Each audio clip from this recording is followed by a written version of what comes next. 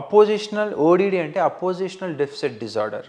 So ఇక్కడ ఏంటంటే ఇది మేజర్గా చిన్నపిల్లలలో ఉంటుంది. నువ్వు పిల్లలకి ఏమైతే చెయ్యొద్దు అంటే వాళ్ళు అదే చేస్తారు.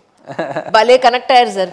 మా పిల్లలకి చిన్నప్పటి నుంచి చెప్తున్నాను, ఏది చేయలేదు వాళ్ళు. ఎందుకని అంటే అది డిజార్డరేనా? See disorder is very different. ఇప్పుడు ఎట్లుంటుందంటే డిజార్డర్, నువ్వు స్కూల్కి వెళ్ళు అంటే వాళ్ళు వెళ్ళరు, చదువుకుంటే వాళ్ళు చదువుకోరు. ఎంత అంటే ఇంకా వాళ్ళని టార్చర్, ఎంత టార్చర్ అంటే దానికోసం వాళ్ళు ఎంత దూరం అని వెళ్ళగలుగుతారు.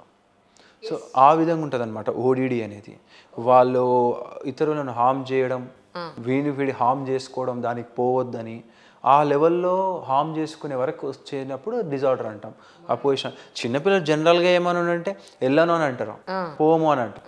అంత మాత్రం డిజార్డర్ కాదు. మనం పెట్టింది తినరా అంటే వాళ్ళు తినరు, పని చెయ్యొద్దు అంటే అదే చేస్తారు, ఆడుకోవడానికి ఈ టైంలో వెళ్ళొద్దు అంటే అప్పుడే అదే టైంలో హోంవర్క్ చేయరా అంటే చేయరు, వద్దన్న పని చేస్తారు, చేయమన్న పని చేయరు. So this is ఓడిడి.